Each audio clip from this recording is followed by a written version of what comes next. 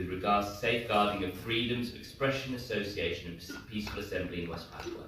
And there would need to be a need to respect human rights, and that needs to be embedded in any free trade agreement.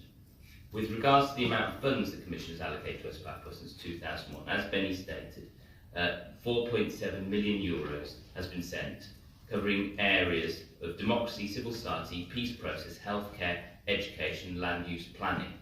As we've just seen in the video, those funds may well have been used to suppression of exactly those things, peaceful right of assembly, which you just saw being suppressed by the Indonesian police and military.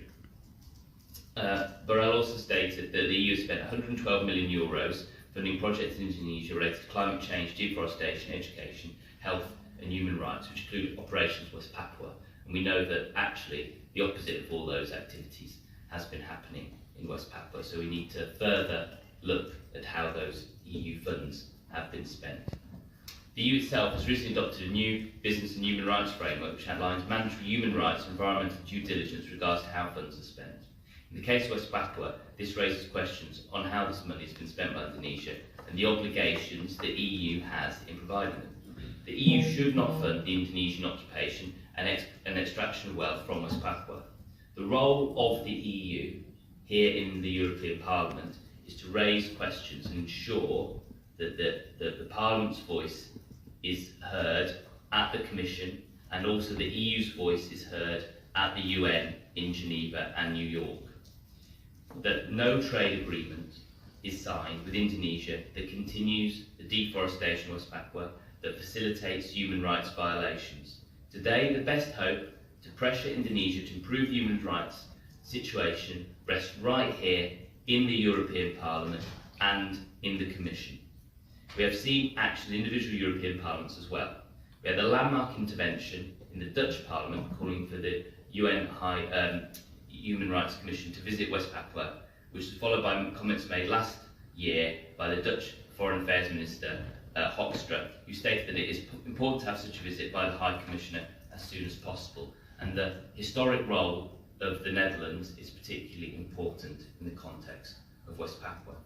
On March 18, 2021, the Foreign Affairs Committee of the Spanish Senate also passed a motion calling on the Spanish government to express its concern about the human rights situation in West Papua and urging the government to also back the High Commissioner visit.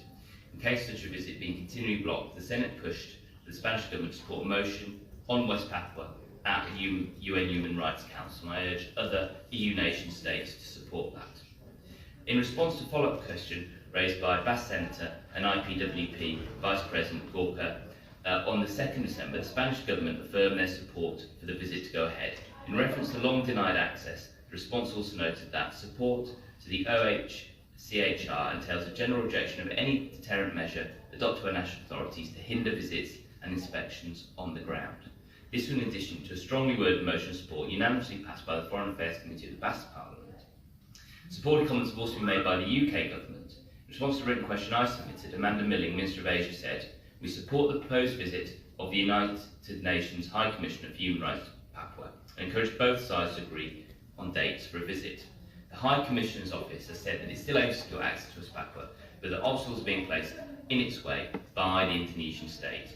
November 30th last year, the High Commissioner's Office put out a strongly worded statement condemning human rights abuses in West Papua. On February the 1st, ULMWP Prime Minister of the Provisional Government, Edison Moromi, declared they are ready and waiting to welcome the High Commissioner, and that this is what the West Papuan people need from the international community. As international scrutiny is intensifying, Indonesia is running out of excuses not to allow access to the UN High Commissioner for Human Rights, and I look to you in the European Parliament for further support. So humbly request that members of the European Parliament write to the EU Ambassador to the UN in Geneva to meet with Michel Bachelet regarding the mission to West Papua. I invite you to join me on the 14th of June for the first IPWP meeting since COVID in London at the UK Parliament, and also to invite members of the European Parliament to consider becoming vice chairs, to encourage their members from national parliaments to become vice chairs. We're particularly looking for vice chairs from parliaments in Benelux, Central Europe, Eastern Europe and the Balkans. If you have any colleagues in national parliaments who'd be interested in hearing more